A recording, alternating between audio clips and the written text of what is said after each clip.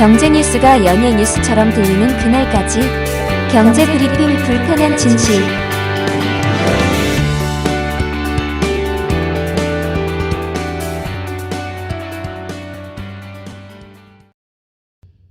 처음이라 그걸 멈추기엔 괜찮아져.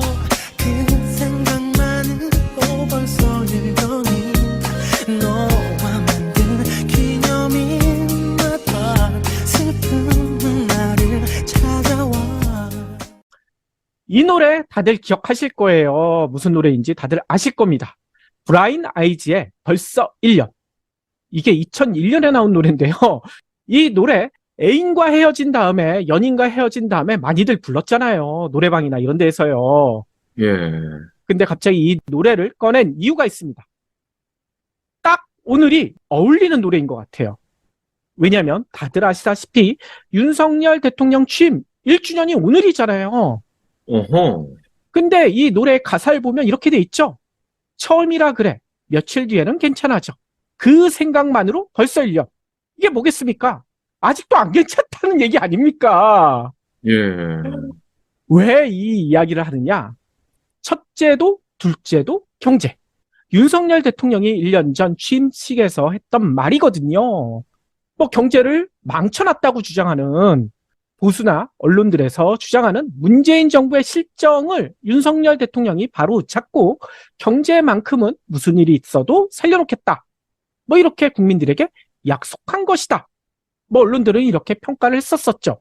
이후에도 윤석열 대통령은 스스로 대한민국 1호 영업사원이다. 우리 제품 수출에 앞장을 서겠다.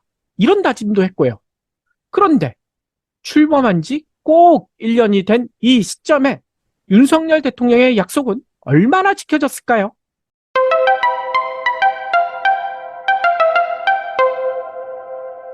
일단 정부가 스스로 낸 평가를 한번 볼까요? 윤 대통령은요, 어제였죠. 9일 오전 용산 대통령실 청사에서 국무회의를 주재했대요. 그러면서 이런 얘기를 했다고 합니다. 대한민국 1호 영업사원을 자처하고 정상 세일즈 외교를 펼쳤습니다. 앞으로도 경제를 외교의 중심에 두고 우리 제품의 수출 확대와 해외 첨단 기업 투자 유치를 위해 열심히 뛰겠습니다. 뭐 여기까지는 뭐 그렇게 얘기할 법해요. 그런데 그 다음에 붙인 얘기가 참 아연질색해 만들거든요. 뭐냐면요. 또 지난 정부를 언급합니다. 일본에게는 과거를 잊고 미래로 나가자라고 얘기하더니 과거를 자꾸 스스로 또 끄집어내고 있어요. 뭐라고 했냐면 집값 상승과 시장 교란을 초래한 과거 정부의 반시장적, 비정상적 정책이 전세 사기의 토양이 되었습니다. 또 증권 합수단 해체로 상징되는 금융시장 반칙행위 감시체계의 무력화는 이러한 가상자산 범죄와 금융투자 사기를 발기치게 만들었습니다. 이게 뭔 얘기겠습니까? 최근 사회 재난처럼 번지고 있는 전세 사기, 그리고 S지발 주가 폭락 사태, 이거 다 지난 정부 탓이다. 이렇게 얘기한 거 아닌가요? 그렇죠. 아니, 윤석열 대통령 스스로도 지난 정부 검찰총장 출신이었잖아요. 아무튼요, 윤 대통령은 어제 이 얘기까지 또 덧붙이더라고요. 건물과 제도를 무너뜨린 데는 시간이 걸리지 않습니다. 순간입니다. 그러나 무너진 것을 다시 세운 데는 엄청난 시간과 노력이 듭니다. 라고 강조를 하거든요. 이 얘기 왜 했을까? 1년 동안 도대체 뭐 했느냐라는 지적에 대해 이런 핑계를 댄 것 같아요. 아니 그럼 엄청난 시간과 노력 뭐 다시 세운데 이렇게 든다고 했잖아요. 도대체 얼마나 필요하다는 얘기일까요? 이 5년 임기 다 채우고도 부족하다. 더 필요하다. 라고 하지는 않을까요? 예. 아니, 근데 열심히 뛰겠다고 했는데 고작 영업한 게 이미 하기로 돼 있던 넷플릭스 투자 말고는 없잖아요. 그러니까요.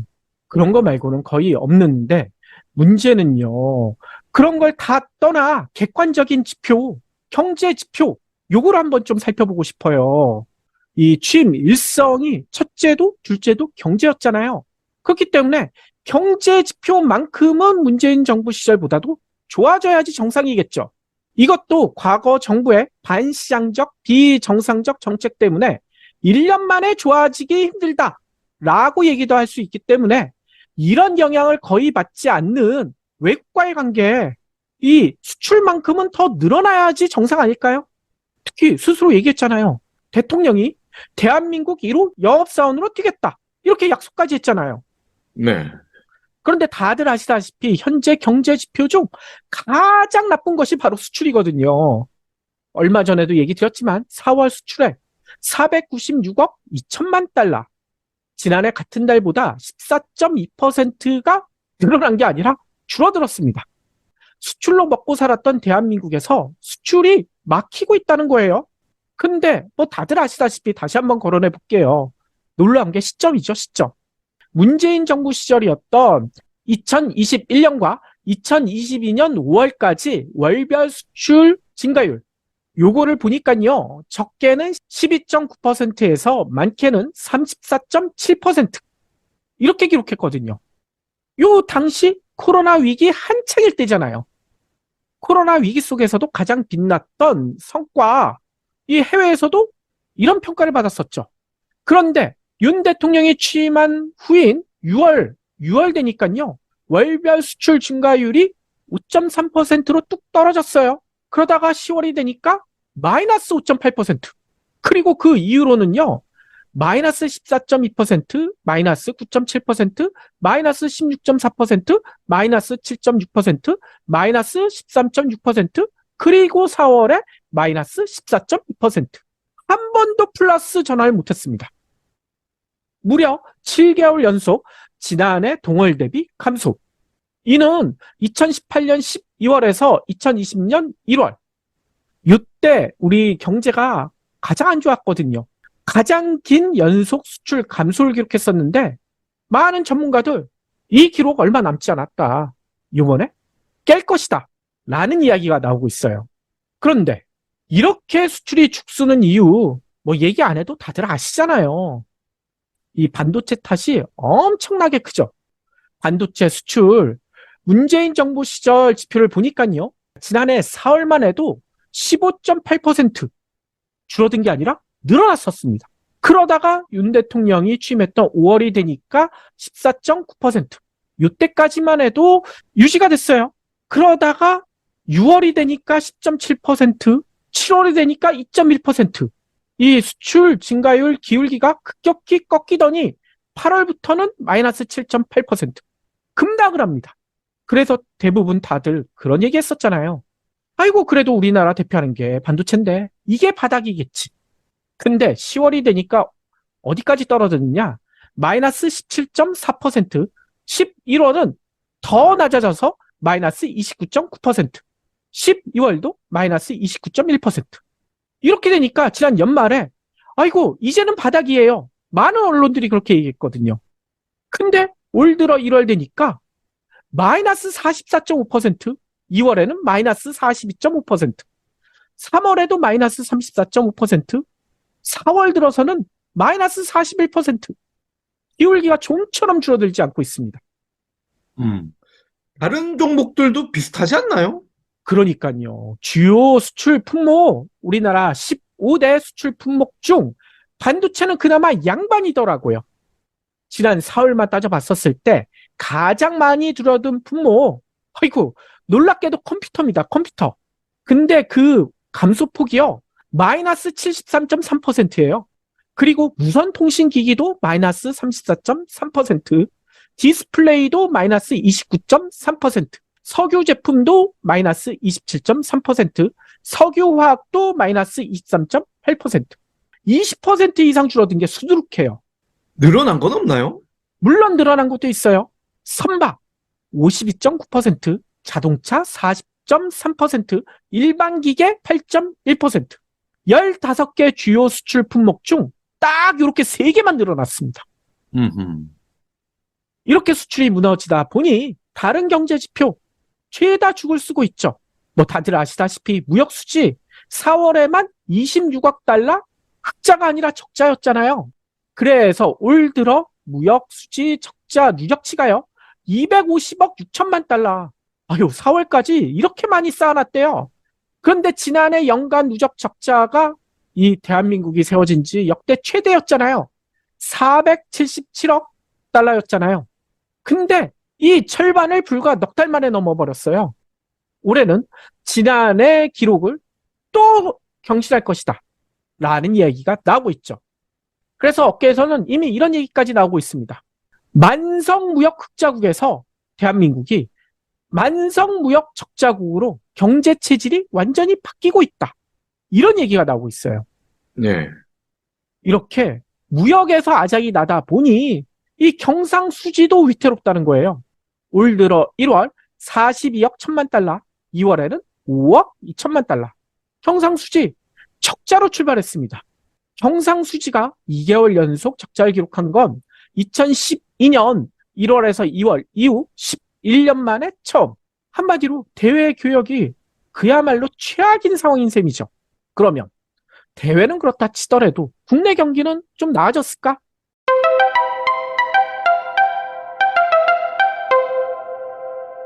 왜 이런 얘기를 하냐면요. 기획재정부가 어제 이런 평가를 했거든요. 지난 1년을요. 전 세계적 고물가 속에서 물가 상승률을 3%대로 낮추고 금융시장을 안정시켰대요. 윤석열 정부가요. 예. 그런데 이 지표를 보면 이런 얘기를 도저히 못할 것 같은데 참 기가 막힙니다. 이 통계청 가계동향 조사를 보니까요. 지난해 4분기 소비자 물가 상승률을 반영한 가구당 실질 소득이 나왔거든요. 1.1%가 줄어들었어요. 여러분들이 쓰는 실질 소득 자체가 줄어들었습니다. 근데 이게 처음이 아니에요.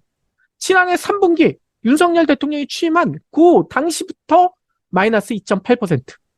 2분기 연속 마이너스란 겁니다. 그뿐만 아니죠. 금리 부담. 이 고금리 때문에 가계 부담이 크게 늘어나고 있는데 그래서 비소비 지출 중 이자 비용 1년 전과 견졌을 때 얼마나 늘어났을까요? 이게 평균이요. 28.9%. 와우. 이 통계청 가계동향 조사에 1인 가구를 포함시킨 2006년 이래 가장 크게 이 비율이 증가했다고 합니다. 그래서인가 어제도 얘기했다시피 고금리로 부채 상환 부담 크게 늘어나면서 연체율 급증을 하고 있죠. 가계 신용 대출 연체율이 지난해 12월 0.46%였는데 올 2월이 되니까 0.64%. 그리고 같은 기간 중소기업 대출 연체율도 0.32%에서 0.47%까지 높아졌잖아요. 그런데 금리뿐만이 아니죠. 물가 좀처럼 잡히지 않고 있습니다. 5, 6%대를 넘나들던 물가가 지난 4월에 드디어 3자를 봤다라고 정부나 언론에서는 얘기하고 있는데 근데 우리 국민들 전혀 체감을 못하고 있죠. 왜냐하면 외식이 7.6%, 가공식품은 7.9%, 특히나 박 PD 좋아하는 햄버거 17.1%, 제가 좋아하는 국수 13.7%, 라면도 12.3%, 피자도 12.2%, 빵도 11.3%, 커피도 11%, 아이스크림도 10.5%. 아직도 두 자릿수 상승률이에요. 이러니 서민들이 어떻게 물가가 떨어졌다고 체감을 하겠습니까? 그래서 서울 시내에서 요즘 김밥 한 줄이 얼마에 팔리는지 아마 다들 알고 계실 거예요. 이제 웬만한 데는 5,000원이잖아요. 네. 그래서 한때 SNS상에서 이 이야기가 화제를 모았었죠. 김밥 천국에서 김밥을 안 판다. 천국을 파나요? 그러니까요. 천국만 팔려나? 재료값이 너무 상승해서 황당한 일까지 벌어진 그런 일도 있었잖아요.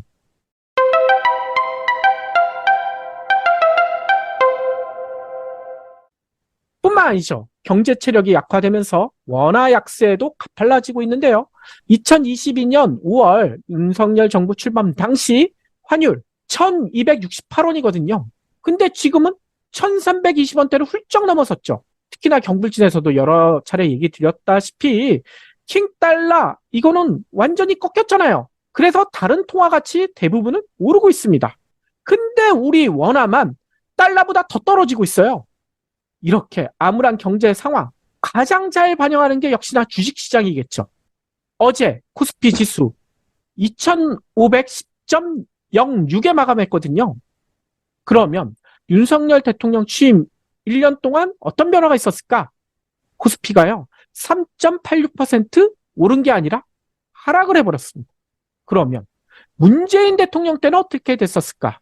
제가 한번 찾아봤거든요. 문재인 대통령 취임 1주년 때는 취임하기 전보다 7.7% 하락한 게 아니라 상승을 했어요. 네. 이런 상황. 해외에서는 어떻게 보고 있을까? 이것도 여러 차례 전해드렸었죠. IMF는 지난달 우리나라 올해 경제 성장률 전망치를요, 기존의 1.7에서 1.5로 내렸고, 아시아개발은행도 1.5밖에 성장 못할 것이다 라고 전망을 했었잖아요. 근데 이것보다 더 암울한 전망도 나왔습니다. 미국, 일본 등 8개 글로벌 투자은행, IB라고 하죠.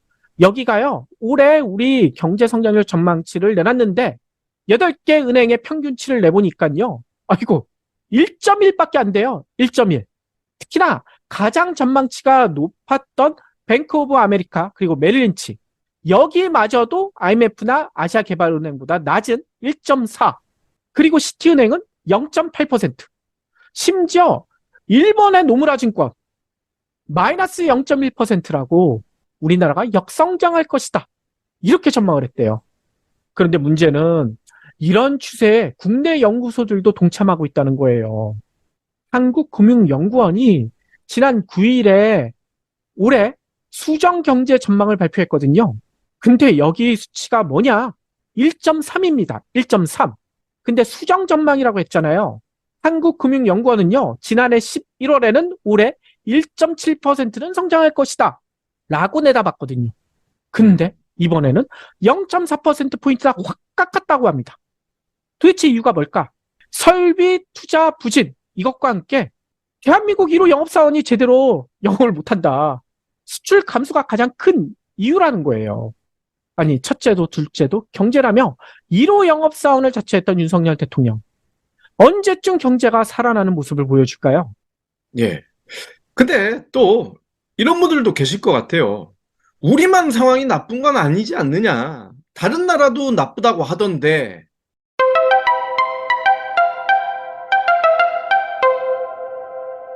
정부에서도 그런 얘기하고 있습니다. 모든 얘기를 할 때 글로벌 경기 침체 때문에 이 얘기를 꼭 붙이고 있는데, 지난번에도 얘기 드렸죠. IMF나 대부분의 기관들, 세계 대부분의 국가 경제 성장률을요, 최근 들어 다 끌어올렸습니다. 특히 미국 같은 데도 끌어올렸고요. 중국 같은 데도 7%가 넘는 성장률을 기록할 것이다 라는 전망이 나오고 있어요. 근데 유독 우리나라만 낮아지고 있다는 겁니다. 아니, 그러면 뭐 별다른 해법이 있어서 이런 얘기를 하느냐? 이런 얘기를 하시는 분들도 계실 텐데요. 저희는 찾아보면 없지 않아 있다고 생각이 들어요. 왜냐?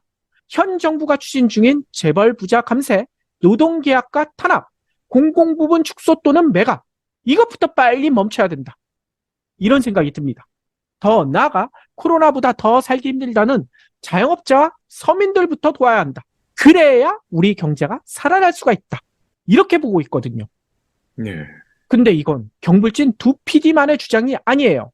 홍익대 경제학과의 전성인 교수님도 최근 언론에 이런 얘기를 하셨더라고요. 윤석열 정부가 주장하는 자유주의 경제는 정부가 사회적 약자에 대한 지원을 하되 일부 대기업과 특정 분야에 지원하지 않는 것이 원칙이다. 약자만 지원하고 대기업과 특정 분야는 지원하지 않는 게 원칙이래요. 그리고 정부가 자유주의 경제를 표방한다면 반도체, 수소차 같은 특정 기업 분야에 대한 지원부터 구조조정해야 한다, 줄이라는 거죠. 서민들에게 그 돈을 쓰라는 거 아닙니까? 그렇죠. 계획경제 같아요. 재벌 몰아주는 걸 보면. 뿐만 아니라 박상인 서울대 행정대학원 교수님도 이런 얘기를 하십니다. 물가 안정과 경기 부양 사이에 정부의 경제정책 기조가 없거나 일관성이 없다는 점이 윤석열 정부 경제정책의 가장 큰 문제다. 한국은행이 물가 안정을 위해 기준금리를 올리는데 정부는 경기가 안 좋아질 것 같으니 금리를 낮추라고 개입하는 경우가 대표적인 사례다. 형부제도 늘 얘기하다시피 한국은행의 독립성 흔들리고 있다라는 지적 아닙니까? 예. 전 정부 탓 제발 좀 그만하고요. 지금이라도 경제를 살리겠다는 초심으로 돌아와 주시길 바랍니다. 국민들이 브라운 아이즈의 벌써 1년을 아직도 1년이라고 부르며 후회하지 않도록 말이죠.